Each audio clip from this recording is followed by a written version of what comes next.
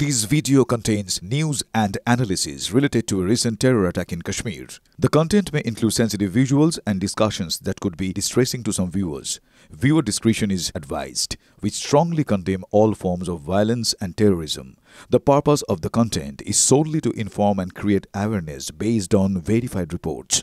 Top quality और consistent performance के लिए सिर्फ सिल्वर पंप नाम याद रखना। বিশাল বড় একটা কূটনৈতিক সাফল্য বাধ্য হয়ে পাকিস্তান যেমন এই দুদিন আগে হাঁটু গেড়ে মার্কিন যুক্তরাষ্ট্রের সামনে দয়া ভিক্ষা করে ভারতকে থামাতে বলা হয়েছিল, একইভাবে আজকে সেই কূটনৈতিক প্রেসার এবং ওদের ওদের যে জঙ্গিদের যে চ্যাপ্টার, এটা পুরো বিশ্বের সামনে কিন্তু খুলে দেওয়া হয়েছে। তাদের সিনিয়র আর্মির অফিসিয়াল, পাকিস্তান পলিটিক্যাল ডিসপেন্সেশন যখন জঙ্গিদের শেষকৃত্যে তাদের আশেপাশে দেখা গেছে, পাকিস্তান ফ্ল্যাগে তাদের দেহ মুড়ে তারা লাস্ট রাইট, মিলিটারি রাইট দিয়েছে, অ্যাজ ইফ শহীদ দরজা দিয়েছে। সেই জায়গায় পুরো বিশ্ব দেখেছে পাকিস্তানের কি চেহারা, এবং আজকে এইটা বাধ্য হয়েছে। এটা একটা ডিপ্লোমেসির সাফল্য। এবং আমার মনে হয় আপনি যেটা জিজ্ঞেস করছিলেন, এই কদিন ওনাকে মেডিকেল একটা সাপোর্ট দেওয়া হবে, ওনাকে কোনো টর্চার করা হয়েছিল কিনা সেটা দেখবে ভারতবর্ষ। এবং বিভিন্ন যে আমাদের একদম একদম সেই ভাবে ওনাকে দেখবে। ওনাকে এখন হসপিটালে রাখা হবে, চেক করা হবে, এবং বিভিন্ন রকম চেক এই সময় করা হয়।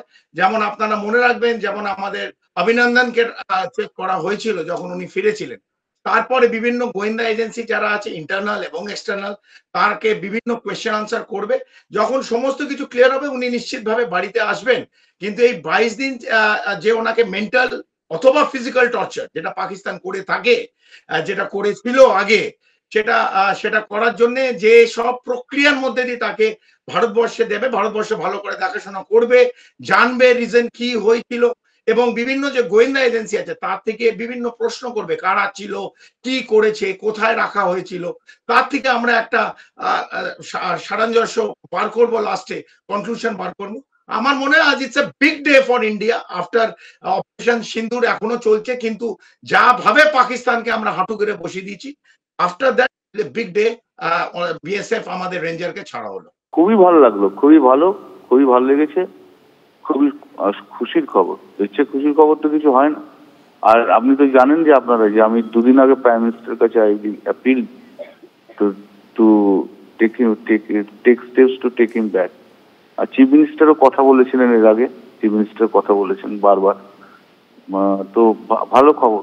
ভারত সরকারের জন্য এটা বিরাট বড় কূটনৈতিক সাফল্য। আমি ধন্যবাদ, অভিনন্দন জানাতে চাই প্রধানমন্ত্রী এবং তার পুরো ক্যাবিনেটকে। যেরকম ভাবে প্রেশার ক্রিয়েট করা হয়েছিল পাকিস্তানের উপর, এছাড়া ওদের কোনো অপশন ছিল না। ওদেরও একজন রেঞ্জার্স আমাদের কাছে আছে, এবং পাকিস্তান জানে কোন রকম ভুল পদক্ষেপ এখানে নিলে বিশ্বের দরবারে কি হবে, এবং ভারত তার কি রিটালিয়েট করবে। বিরাট বড় জয়, অভিনন্দন।